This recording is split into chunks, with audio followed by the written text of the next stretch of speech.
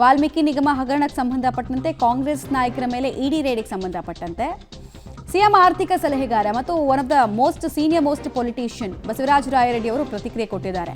ಬರೀ ಕಾಂಗ್ರೆಸ್ ನಾಯಕರ ಮೇಲೆ ಇಡಿ ದಾಳಿ ಸರಿಯಲ್ಲ, ಕಾಂಗ್ರೆಸ್ ನಾಯಕರನ್ನ ಕುಗ್ಗಿಸೋದಕ್ಕೆ ದಾಳಿ ಮಾಡಲಾಗ್ತಾ ಇದೆ. ವಾಲ್ಮೀಕಿ ನಿಗಮದ ಹಗರಣಕ್ಕೂ ಇಡಿ ತನಿಖೆಗೂ ಏನ್ ಸಂಬಂಧ ಅಂತ ಕೇಳ್ತಿದ್ದಾರೆ.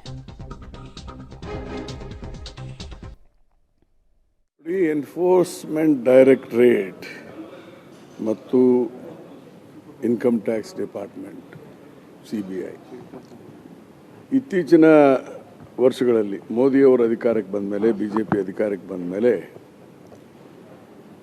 ಒಂದು ಥರದ ಸೇಡಿನ ರಾಜಕೀಯ ಮಾಡ್ತಾ ಇದ್ದಾರೆ ಅಂತ ಮೇಲ್ನೋಟಕ್ಕೆ ಅಲ್ಲ ಸ್ಪಷ್ಟವಾಗಿ ಕಾಣ್ತಾ ಇದೆ.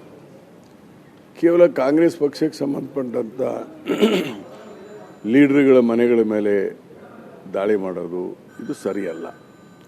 ಮಾಡಲಿ, ದಾಳಿ ಮಾಡಿದ ಮೇಲೆ ಅದು ಎನ್ಕ್ವೈರಿ ಆಗಿದ ಮೇಲೆ ಈಗ ಇಷ್ಟು ವರ್ಷಗಳಿಂದ ಆಗ್ತಾನೆ ಬಂದಿದ್ದಾವಲ್ಲ, ಯಾರ ಮೇಲೆ ಏನು ಕ್ರಮ ತೆಗೆದುಕೊಂಡಿದ್ದಾರೆ?